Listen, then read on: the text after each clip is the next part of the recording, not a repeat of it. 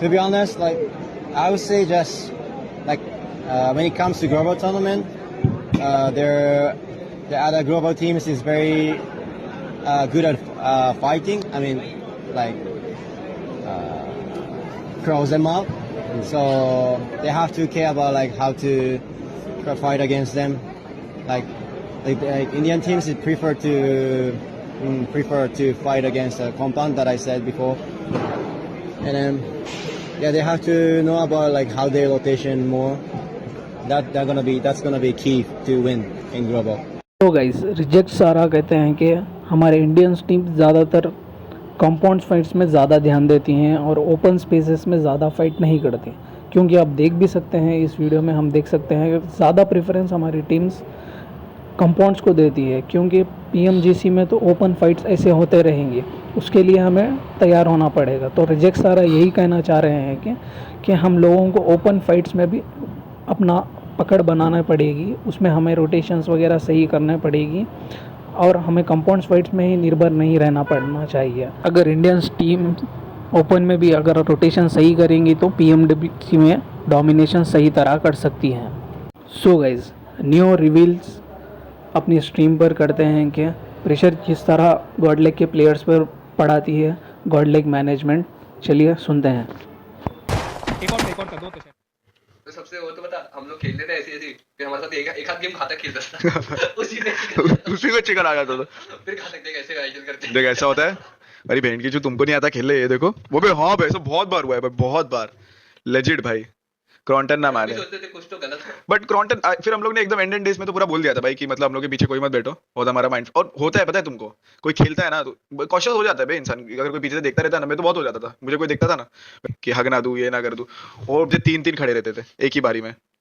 और मैच खत्म होते ही जो ज्ञान चोदना चालू होता था, बाप रे, ऐसा करना था वैसा करना था, पूरा पागल कर देते थे। फिर क्या ओनर आके बाजू में बैठ के सिखाएगा थोड़ी खेलना कि कैसा खेलते हैं? फिर हमको लिया ही क्यों है? या तो निकाल दो। फिर एंड में तो वही हुआ, एट देन तो वही हुआ। अबे देखो, एट देन ओवरऑल मैं क्या बोल रहा हूँ कि प्रॉब्लम कोई प्लेयर में नहीं है। आप समझ जाओ प्रॉब्लम का है। थोड़ा बहुत आप लोग का भी हाथ है उसमें कि आप लोग प्लेयर्स लोग की गांड मारते रहते हो पूरे टाइम, उसको प्रेशराइज करते रहते हो, फिर वहां से इंटरनल प्रेशर अलग रहता है। अब तुम मेरे को तुम लोग को गाली दी, तुम लोग को फर्क नहीं पड़ता था, उन्होंने सेम क्राइटेरिया दूसरे प्लेयर्स पे भी अप्लाई किया हाँ, और उनको फर्क पड़ेगा। अब तुम हमको देते थे, हमको तो फर्क नहीं पड़ता था। अब तुम देते ही रहते हो बेंच, तो उनको फर्क पड़ता है वो सब चीजों से। अबे तुम मेरे को एक चीज बताओ, कौन स्ट्रीम पे ऐसा बोलता है कि ये बीजीएमएस में नहीं हुआ तो ये तुम्हारा आखिरी टूर्नामेंट? समझ रहे हो? मतलब वो ऑन स्ट्रीम वो आके बोल दिए। अब वो प्लेयर्स लोग का क्या मेंटालिटी रहेगा कि पहले उनको बोल दिया कि हम तो बाहर, हमको तो निकालने वाले। समझ रहे हो? वैसा रहता है। सो गाइज उसके बाद 8 बिट थग आकर बात की अपने स्ट्रीम पे सोल चेंज के बारे में, टीम और उनकी परफॉर्मेंस के बारे में। गॉब्लिन को इतना आईपीएल खेला तो कुछ नहीं था। Goblin he played poorly, horrible, terrible. Words क्या मिन्स करना है, मैं ऐसे भी अपना वर्ड्स मिन्स नहीं करता, but hopefully bounces back is what is needed. I think goblin काफी अच्छा एक्सपीरियंस है उसको, तो उसके लिए बाउंस बैक करना वो नहीं है। पर बीएमआईसी तो बहुत खराब खेला guys, number speak for itself, but कोई बात नहीं, लेट्स सी।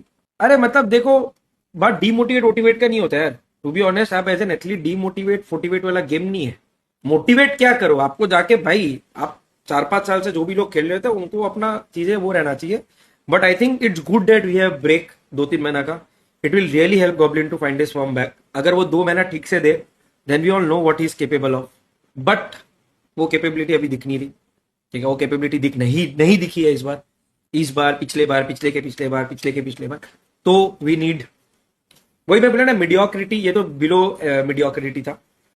एक्सपेरिमेंट चल रहा है, very closer to the date will take a final call on the lineup. I am in favour of changes, to be very honest. मैं CGC कोई ऐसा motivation demotivation वाली बात नहीं है, ठीक है? बहुत हाई स्टेक्स है, BGIS, BMPS and esports world cup. Stakes are very high, ठीक है? नो इमोशंस, ठीक है? No emotions. मेरे हिसाब से मैंने बात करी है कि भाई साहब टोल्ड हिम समथिंग। मैंने इवेंट खत्म होती बोला था, मेरा एक थॉट है, मेरे हिसाब से हमें उस थॉट पे वर्क करना चाहिए, ठीक है? It's very simple. हर बार हम लोग एक इवेंट लेट होते हैं डिसीजंस लेने में, ठीक है? टाइम दे दे, ये दे दे, वो दे दे ना, टैलेंट्स भाग जाते हैं, फिर स्ट्रगल करो ना। मैंने जिस दिन इवेंट खत्म हुआ था उसी नागी को भाई को बोल दिया था कि there should be changes in my opinion, but I am okay to give a chance to see how the current event goes. Simple. सो भाई इसके बाद मोटल की तरफ से स्ट्रीम पे आती है हमें अलग न्यूज़। तो वो कहते हैं कि यही लाइनअप सही दिख रही है उन्हें। तो चलिए देखते हैं मोटल की व्यू पॉइंट। जो मेरा पर्सनल ओपिनियन है अभी ये सुन लो, ठीक है। फिलहाल मेरे हिसाब से लाइनअप सही है, ठीक है। जो प्लेइंग 4 है वो तो obviously Thunder is also is a very important player for the team and is a great player as well, ठीक है। बाकी स्काई का जो टूर्नामेंट आ रहा है उसमें देखते हैं कैसा होता है, क्या करते हैं। सी टीम विल प्ले, टीम अपने आप डिसाइड कर लेगी किसको कब खिलाना है, क्या करना है, वो ये लोग कर लेंगे, ठीक है। Don't worry. बट बस एक ही चीज है जो मेरे को लगा और मैंने भी आयोगी से बात की कि team should be 5 man ready, not 4 man ready ever. मतलब मेरा ये पर्सनल वो है। आई डोंट थिंक सो ये टीम को बिल्कुल भी डिसबैंड करने का जरूरत है। हाँ, मैं नहीं मानता।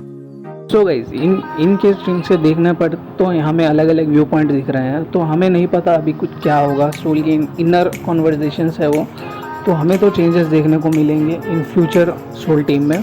तो hope you guys enjoy this video. Please do subscribe, like and share.